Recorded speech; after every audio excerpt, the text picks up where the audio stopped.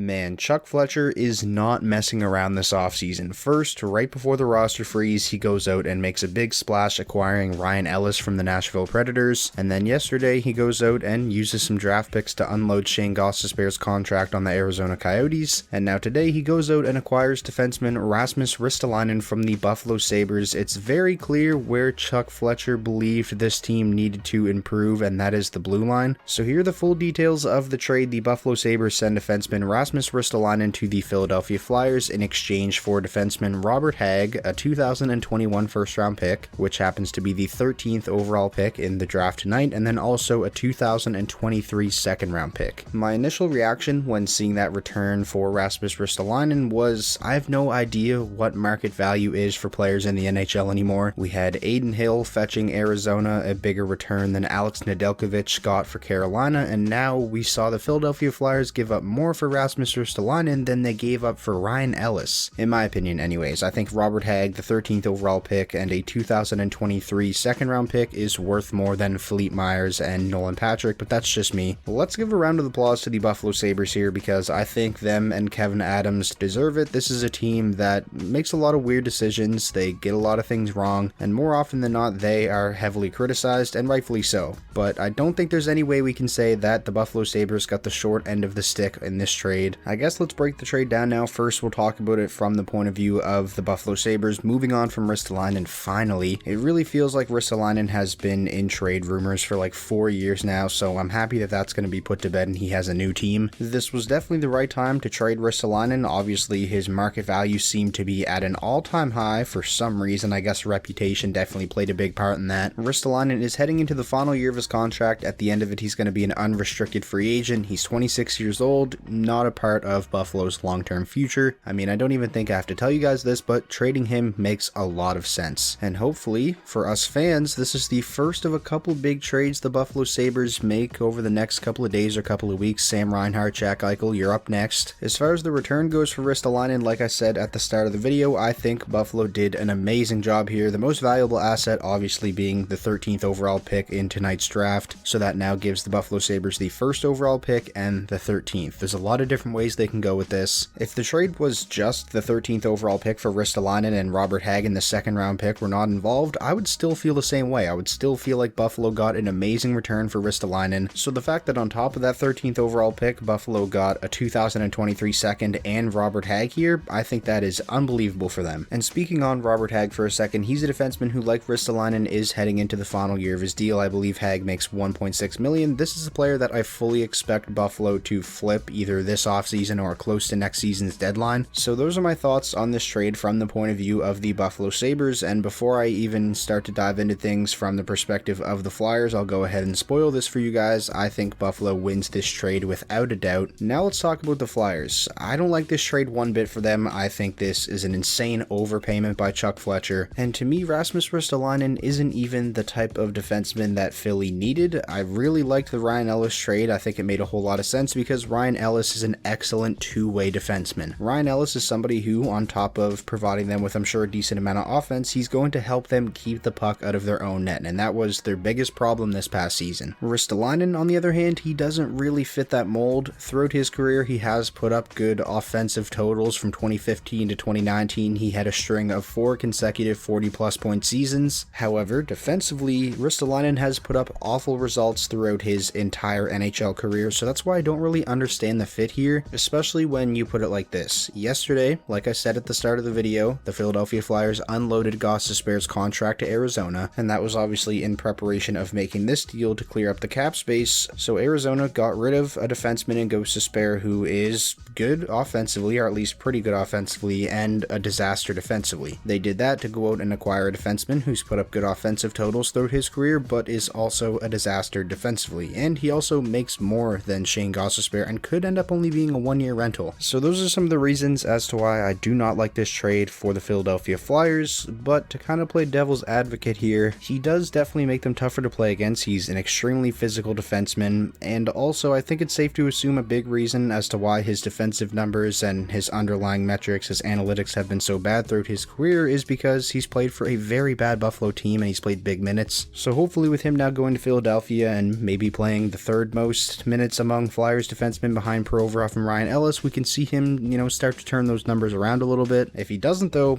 to be blunt, this trade is gonna stink for the Flyers. So those are my thoughts on the trade that sent Rasmus Ristolainen to the Philadelphia Flyers. I'm really interested to hear what you guys have to say though, so be sure to get down there in the comment section down below. Let me know your thoughts on this trade, which team do you think won and why, and let me know if you're in the same ballpark as me when it comes to your thoughts on Rasmus Ristolainen. Do you think he's overrated, or are you somebody who thinks he gets a little bit too much flack and he's not actually as bad as people make him out to be? It's just he's been on Buffalo for so long. Originally, this video was just going to be on the Rasmus Ristolainen trade, but as I was in the editing process, I get a notification from Elliot Friedman on Twitter, and there was another trade, and a pretty significant one as well. I think one that's definitely worth talking about in this video. The New York Rangers have sent restricted free agent winger Pavel Buchnevich to the St. Louis Blues in exchange for Sammy Blais and a second-round pick in the 2022 NHL Draft. Buchnevich has been in trade rumors for a while now. This is a trade that we all saw coming. We just didn't know when it was going to happen and where he was going to be traded to, but now we do. So first, I'll talk about this trade from the Rangers' point of view, the return they got for Pavel Buchnevich. Well, first, actually, let's talk about why the New York Rangers probably decided to move on from Buchnevich, because I'm sure for some people that aren't hardcore hockey fans, it's kind of confusing because he's coming off of the best season of his career, 48 points in 54 games, 20 goals. Reason number one, he's a restricted free agent, and the Rangers probably weren't comfortable giving him the type of money he was looking for coming off of a career year. Reason number two, they are trying to preserve cap space in preparation for next offseason. Both their top two centers, Ryan Strome and Mika Zibanejad, are 1 year away from unrestricted free agency. A player like Kaapo Kakko is also 1 year away from restricted free agency, so he's going to need a new contract next offseason. And another player that's 1 year away from restricted free agency is Adam Fox, who literally just won the Norris Trophy this season as the league's best defenseman, so that's going to be a really big contract. And also, they have to re-sign Shesterkin this offseason, so although it may look like they have a lot of cap space right now, it's gonna quickly fade. And my third and final reason as to why I think the Rangers are moving on from Buchnevich is because they can afford to do it. They have two young wingers in Kaapo Kakko and Alexis Lafreniere. Both, I'm sure, are looking to play much bigger roles with the team this upcoming season. I would imagine both of them are going to start next season in the top six, so that would make the Rangers' top six wingers Artemi Panarin, Chris Kreider, Kaapo Kakko, and Alexis Lafreniere. So Buchnevich was definitely expendable. As far as the return goes, it's underwhelming for sure, but then again, like I said at the start of this video, I have absolutely no idea what the market value is for players in the league anymore. The trade value just seems to be all over the place. First, we'll talk about Sammy Blais, a 25-year-old left winger. Actually had a pretty solid season this past year, 15 points in 36 games, which is a career high for him. A real solid defensive player as well, so he should bring a nice two-way presence to the Rangers' bottom six, along with a guy like Barclay Goodrow. Maybe we see them play on the same line. And Sammy Blais only makes $1.5 million as well, and is signed through this upcoming season, and at the end of the deal, he's still going to be an RFA, so the Rangers retain his rights. Overall, I think he's going to be a pretty nice add to the team. And then the second round pick in 2022, pretty decent asset as well. I like the fact for the Rangers that it's actually in 2022 and not this year's draft, and pushes it back another year, and who knows, maybe we see the St. Louis Blues fall off this upcoming season, and that second round pick is a high second round pick as opposed to a later second rounder, which is what this year's would have been. So overall, it's not a bad return, but echoing what I said when I started talking about this trade, I would say it's a little bit underwhelming when you consider how good of a season Buchnevich just had. Now let's look at this trade from the point of view of the St. Louis Blues. I think Buchnevich is a fantastic addition for them, especially when you consider the fact that they're likely losing Jaden Schwartz for nothing this offseason in unrestricted free agency, and also we still don't know what the heck's going on with Vladimir Tarasenko, so Buchnevich is definitely going to bring a nice scoring punch to the St. Louis Blues top six. He's also a pretty reliable two-way player as well, and he's very effective on both special teams as well, penalty kill and power play. Getting a player like that in exchange for a bottom six winger and a second round pick, you really cannot complain about that if you're a St. Louis Blues fan. So now we just have to wait and see what type of contract they give Buchnevich. The one thing I will say is we could see a scenario where they have to overpay him a little bit, because now they really don't have any leverage at all. You trade for an RFA without a prior agreement in place for a new contract, things can get a little bit dicey in negotiations. I think we saw that happen with Josh Anderson and the massive contract he got from Montreal, and honestly, now that I think of it, I wouldn't be surprised if we actually see Pavel Buchnevich get a similar contract to the one that Josh Anderson got from Montreal. I think it's safe to say the AAV is probably going to be north of $6 million. If not, anything under that though, I think would be an absolute steal for the Blues. So those are my thoughts on the trade that sent Pavel Buchnevich from the New York Rangers to the St. Louis Blues. If I had to declare an early winner here, I'm definitely going to go with the Blues. They're getting the best player in this trade, of course, and like I said, they only had to give up a second round pick and a bottom six winger in exchange for a legit legit top 6 winger in Buchnevich who has a very solid two-way game and is useful on both special teams. Let me know your thoughts on the trade though down below in the comment section, especially if you are a fan of either the teams involved. Who do you think won the trade and why? And hopefully I can edit this video in peace now without another trade happening that I would have to add into this video. We'll see what happens.